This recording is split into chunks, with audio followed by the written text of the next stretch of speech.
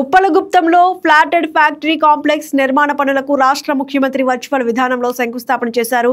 ఈ సందర్భంగా ఎమ్మెల్యే ఐతాబత్తుల ఆనందరావు మాట్లాడుతూ తక్కువ పెట్టుబడితో వేగవంతమైన పరిశ్రమల ఏర్పాటుకు ఈ కాంప్లెక్స్ దోహదం చేస్తుందని తెలిపారు.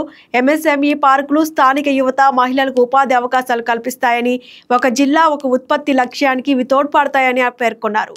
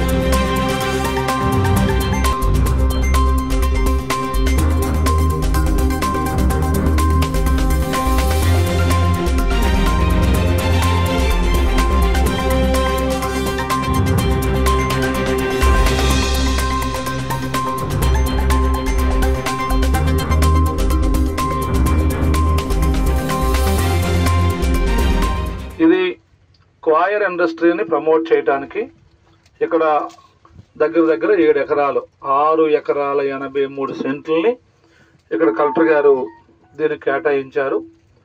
ఇందులో మనము క్వాయర్ ఇండస్ట్రీని ప్రారంభించబోతున్నాం. ఏంటి ఎందుకు అంటే చంద్రబాబు గారి యొక్క ఆలోచన ఒకటే. నేను కూడా శాసనసభ్యుడిగా మీ అందరూ నన్ను ఎమ్మెల్యేగా ఎన్నుకున్న తర్వాత అభివృద్ధి విషయంలో అమలాపురం నియోజకవర్గాన్ని రాష్ట్రంలో అందరికంటే ముందుకు తీసుకెళ్లాలని నేను నిరంతరము కష్టపడుతూ ఇలాంటి అవకాశాలను తీసుకురావడం కోసం ముఖ్యమంత్రి గారిని కలిసి నా నియోజకవర్గానికి కూడా ఎంఎస్ఎంఈ పార్క్ కావాలంటే ఇప్పుడు ఈరోజు మనకి పార్క్ శాంక్షన్ చేశారు.